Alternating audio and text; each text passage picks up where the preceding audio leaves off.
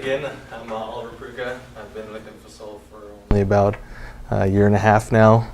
Mostly been involving myself with web intelligence and Excelsius, and recently with Yellowfin. But today I'm going to be talking to you again, like Paul said, about developing effective and attractive reports in WEBI 4.1. But a lot of you have a lot of experience with WEBI, and so I'll probably cut that a little bit short and also talk about some of the new features that are involved with 4.1. Would that be interesting for people? Okay. All right, so the agenda for today, basically just an overview of web intelligence. Again, I wasn't really sure, what the experience of the room was, so now I kind of have an idea. But so we're just going to do a kind of a basic overview of WEBI. Go again over the semantic layer, query panel, quickly build a little report, and then I'll be talking to you about the 4.1 features. And there are a decent amount that are pretty cool that I think would be pretty useful to all of you guys. So of course, web intelligence leverages business objects universes to access the data. And most people try kind of describe it as a bit of a map. But it's essentially a metadata layer that sits between your data and your report that allows users to create reports using some pretty simplistic business terms, as opposed to having to go more into the complicated terminology that you might see in the database side. So if you used Crystal reports in the past, obviously that's more of a developer oriented tool, and so you're going to have to know the database or how your data is structured a little bit easier, a little bit better than what you would normally have to do with WEBI. And so that's kind of where the power of WEBI lies, in the sense that you're able to leverage this universe to create your reports in a much more user-friendly way. It's a bit of a more intuitive interface than you would typically use in something like Crystal, where everything is very meticulous, at least to me. And of course, it enables users to focus more on the analysis in terms of building the reports and things like that, as opposed to having to focus more on bringing in the data and understanding what's going on in the back end. Okay, so we're going to kind of start from scratch, but I'm going to kind of fast forward a bit. We're going to be using the financial sales universe here. And of course, this is the query panel, and that you're going to be able to access all of the objects from your universe.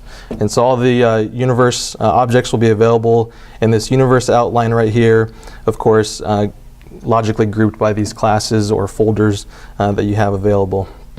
And so we're just going to bring in a few dimensions and measures here. Let's see, bring in division, business unit. And of course, because the objects are a little bit more business user-friendly, I guess you could say, report developers should have an idea of what exactly they need to use. And hopefully your universe designer, if it isn't you, provide some kind of description if you're not exactly sure what exactly these objects you're looking at are. So unfortunately for this one, our universe designer didn't really give us a great description of what these objects are, but good thing I kind of already know what's going on, and so we can go from there. Let's see, so we're going to do the order date, order year, then we're going to go and bring in the shipped month and bring in a couple measures here. So we're just going to bring in revenue and the number of orders. And of course, there's the query filters that are available to you, which are able to essentially restrict the amount of data that's coming back based off of some type of criteria that you give it. So of course, if I wanted to, I could bring in order year down here and restrict the amount of data coming back only to a specific year, like 2008 or something like that. So, but for this instance, we're just gonna run the query as is. And have most people seen 4.0 by now? Yes, no, some people mixed. So as you can see, for people that haven't really used 4.0 before, the interface is quite a bit different from 3.1 and previous. And so now, instead of a pretty familiar Microsoft Office style toolbar, you have more of this kind of tabbed ribbon or whatever you might want to call it. And so this kind of is going to take some time to get used to, of course, but it tries to put these in a little bit more of a logical categorization, so you have a better idea of what you can look for here.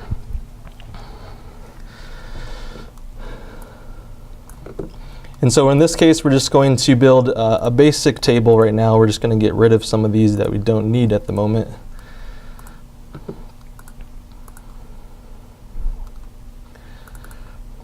And so this is just going to be our basic table that's just going to give the summarized revenue for the year, as well as a summarized number of orders. And of course, we can build a chart based off of some of this data. And so I can bring in this donut right here.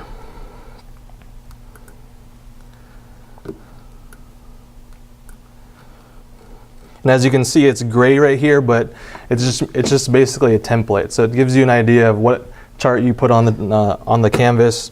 And so now is where you're going to be adding the objects you're going to be using to populate this graph. And so over here is your available objects panel. This is going to house all of your available objects that you have that are returned by your queries. And so in this case, we're just going to bring in the order year and the revenue, or excuse me, we're going to bring in the business unit and the revenue. And so now, as you can see, WEBI already kind of has an idea of where your objects want to be used within the report or within the chart. And if you need to manipulate the data behind this chart, what you can do is just right click in the chart area, and right here there's assign data. And now you can see that you can change what objects will be under what feature. And then so also I'm just going to build, this area is really small, sorry, but we're just going to build a basic line chart here as well. And so let's say we're going to build this line chart based off of a number of orders for each business unit by month. And so of course, because of the way that WEBI aggregates the data, the context of the calculations is based off of what dimensions you bring in. And so right now, we didn't bring anything relative to the year, so it's just going to aggregate all the data as a total of all of the year's values, right? And then lastly,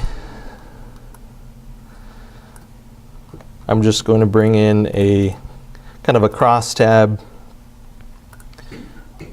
to kind of give you an idea of some of the more detailed data of this chart here. And so then, as you saw, I right-clicked and inserted, and you can use the crosstab. A lot of my workflow happens through the contextual menu, which is the right-click, just because it seems to be a lot more efficient for me that way. But of course, if you want to hunt and peck through the toolbar, you're more than welcome to do so. So for this one, I'm going to put the shipped month across the top.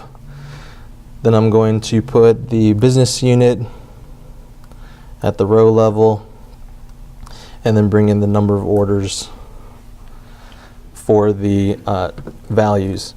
And so as you can see here, we have a pretty basic little report here that shows some metrics, and of course it's not really pretty, but I'll kind of fast forward and show you, I'm not saying it's any better really, but I'll show you a little bit more better formatted version of this report. But one of the cool features about 4.0 is you can actually do element linking now. Okay, so element linking means that you can make a selection on another block, which each of these components are called blocks, And you can use a block to make a selection to change another block. And so with this, we'll be using element linking. And so because all of these are based off of total combined calculations for the year right now, now we're going to actually be using this little basic table right here as a selector for the other components.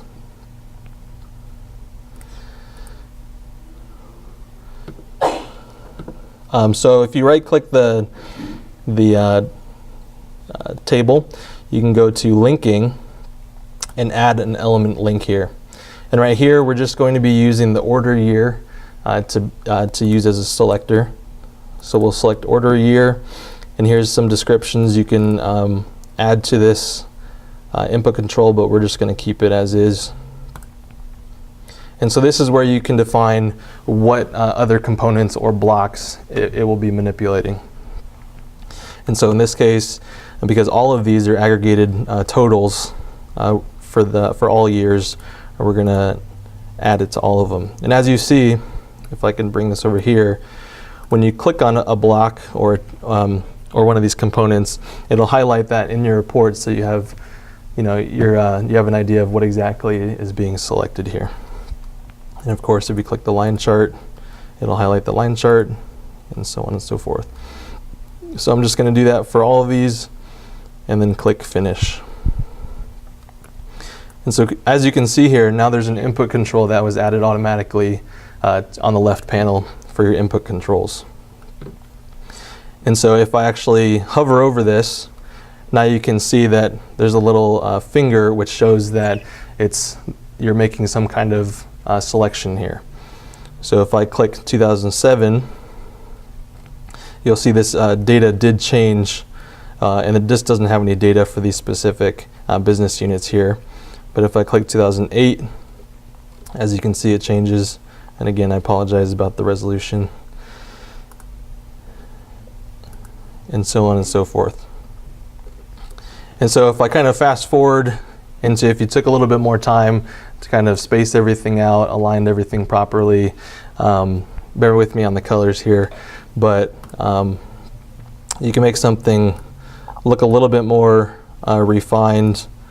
And here I actually added dynamic titles for my charts as well. So right now, as you can see, nothing is selected, as you can see by this input control. No filter applied. And as you can see, it says in all years.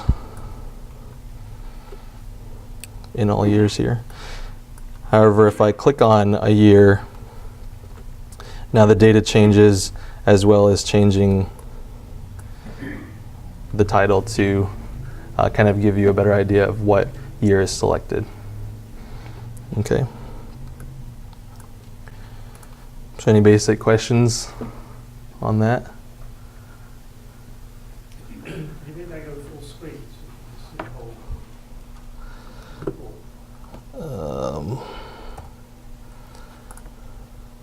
So Oliver, once I've selected an input control for like a year, what's it take for me to go back to the all years scenario?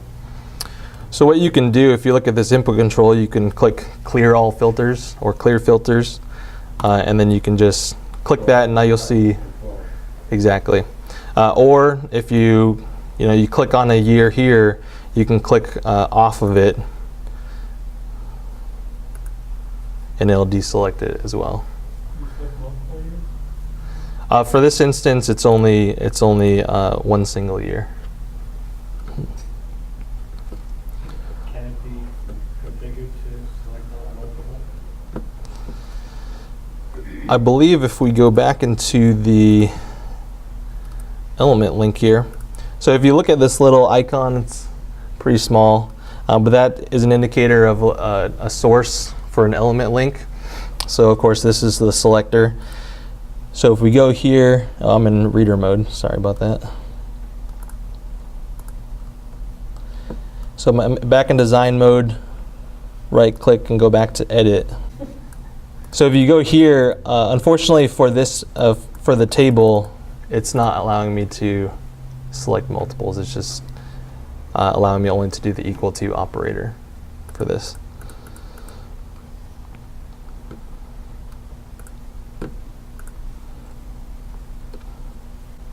Yep. Can you use that linking to another report if you have multiple tabs? Or can you just use the tables within this active report?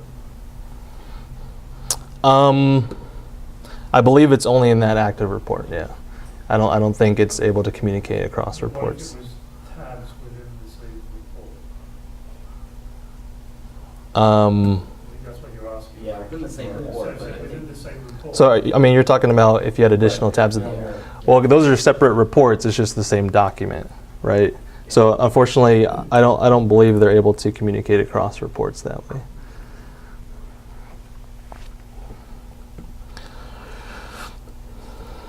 All right, so I know that's kind of quick, but you guys are kind of already a little bit more experienced. So I'm going to kind of go over some of the features that I thought were pretty interesting with the new 4.1 releases, Service Pack 1 and 2.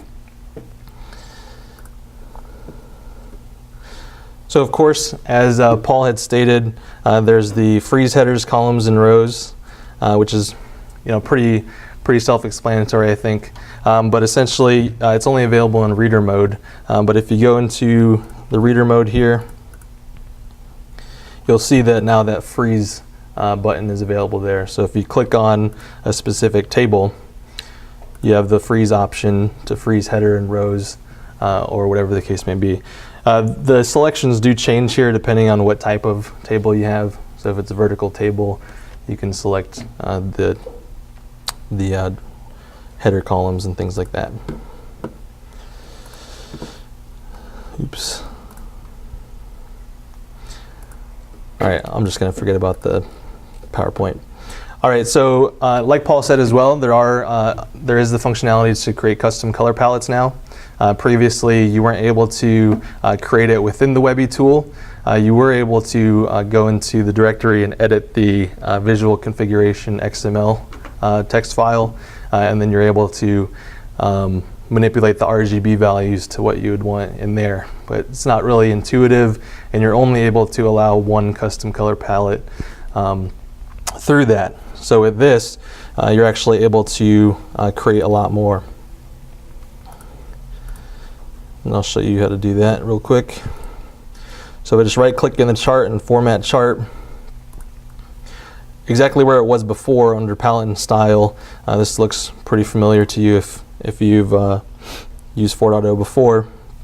But if you scroll all the way down now, you have that custom option here. And so if you click that, it gives you all the built-in color palettes that are available. And then to create your own, you just select one that you want to use as your base. And then click New here. And then you can select each individual color, however you may want. I'm not exactly sure, what color swatch applies to what part of your report, but that's probably going to be some trial and error that you're going to have to play with. But the primary colors right here, the bigger blocks, those are going to be the first colors that are taken into like your series for your reports and things like that. And so if I, create another color real quick and name it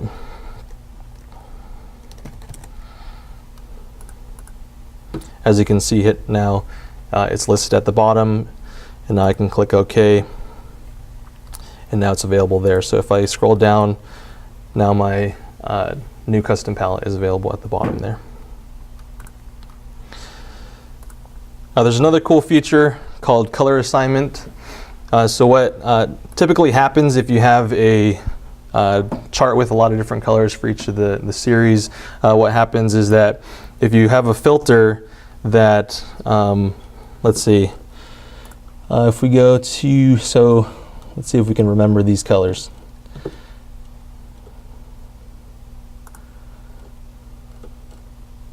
Oh, they're the same, okay.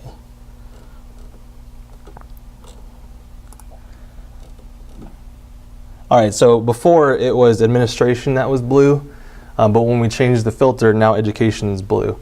And so to fix that problem, what they did is allow you to do color assignments, which basically keeps the colors specifically assigned to that series, so that even if your series values do change, they'll maintain their color. So if administration, you're so used to it being blue, and all of a sudden you have education blue, it could probably throw you off a little bit if you're not careful.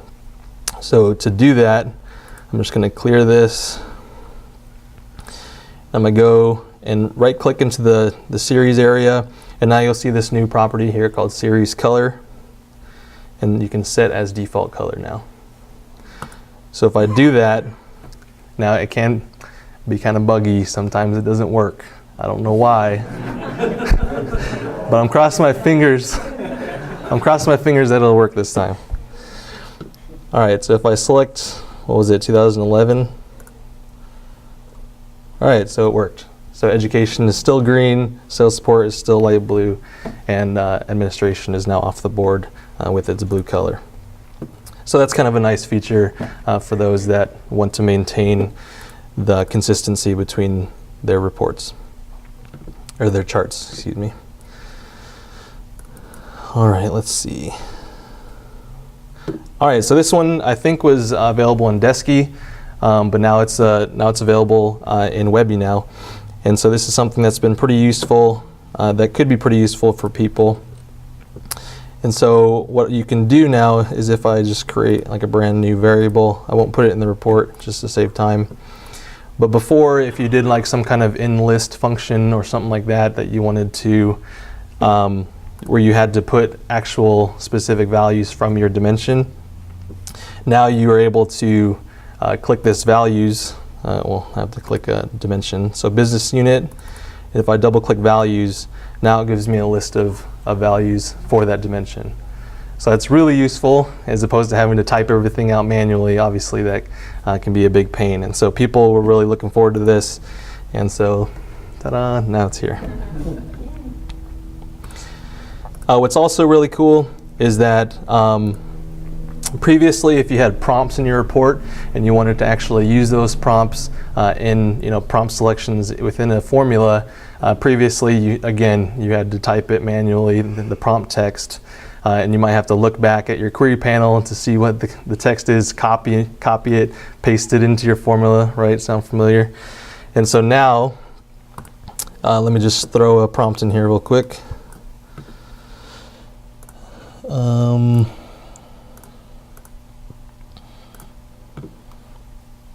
So now it's enter order year, right? Oh, it's also another nice feature is that they brought back in the run individual queries. So if you don't want to, because before in 4.0 you had to run all of them, now you can just run each individual one. So that's nice. All right, I'm gonna bring just 2008 in, I guess. So obviously this doesn't really make sense. But if I created another variable, and now I wanted to, put in user response and then prompts, now you have the prompt available to you.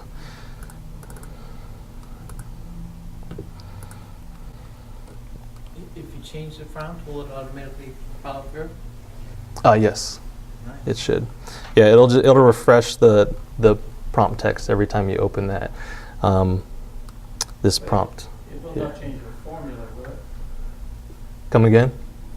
If you change the prompt, it will not change this formula that we have to modify. Actually, I haven't tested that, so yes. But in theory, yeah, it wouldn't change it actually in the formula. You'd have to reselect it. All right, so if we brought this back in now, and now you see it works as it should. So that's a really nice feature as well. When I was teaching the 4.0 class, that was something that I realized was really a pain in the butt. All right, so let's see. All right, so Beth, this is for you. I'm sorry I steered you wrong when I first taught you. But now you can actually use Excel docs as a data source in the web client. Well, do you have 4.1 now? 4.1. SP2? All right, that's the kicker. So I believe you have to have Service Pack 2 for that to work. But if you go back to your new provider, now you see I'm in the web client. There's a From Excel option now. So if I click From Excel, you just choose it from within your repository, and I have this e-accounts available here, and then it's just like if I were to use it in Rich Client. So, all right, and then I think last but not least is the grouped values. So I think people that have used Esky, that's another thing that's really something they've been looking forward to. And so instead of having to do if statements to create groups in a variable, what you can do, let me actually get rid of this filter here.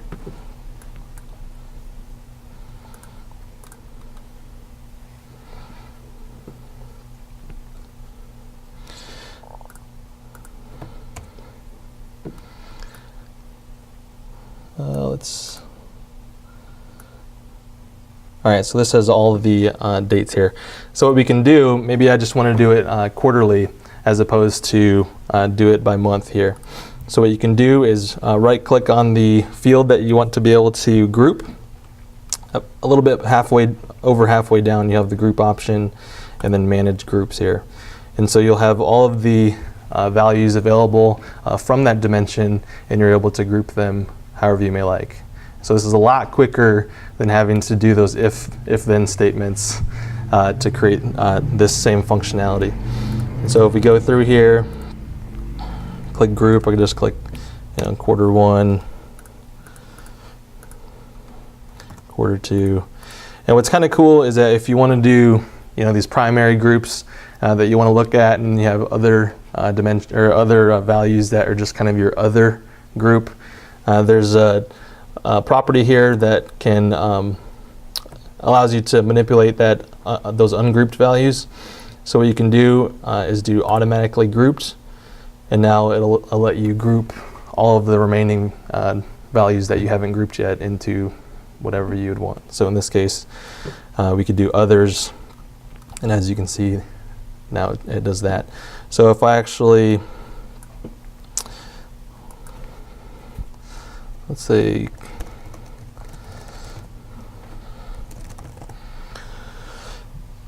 now I click OK.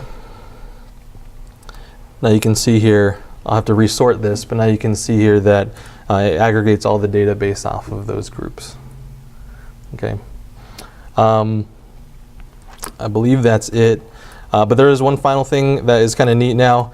Previously, if you had merged dimensions and you wanted to add an additional merged dimension or an additional dimension to the merged dimension, you'd have to unmerge, reselect all the new values or new dimensions, and then merge them back together. Yeah, exactly. So because that oftentimes broke your report, because you were using the merged dimension and then you unmerged it and all that shenanigans, now you're able to just actually, I don't have anything available, but it's essentially the same as this. Now you can unmerge the same way. So if I have this one order year that I want to remove and not unmerge the whole thing, obviously there's only two, so it doesn't make a lot of sense. But I can right-click it. Well, if I had three of them. Actually, let me just real quick.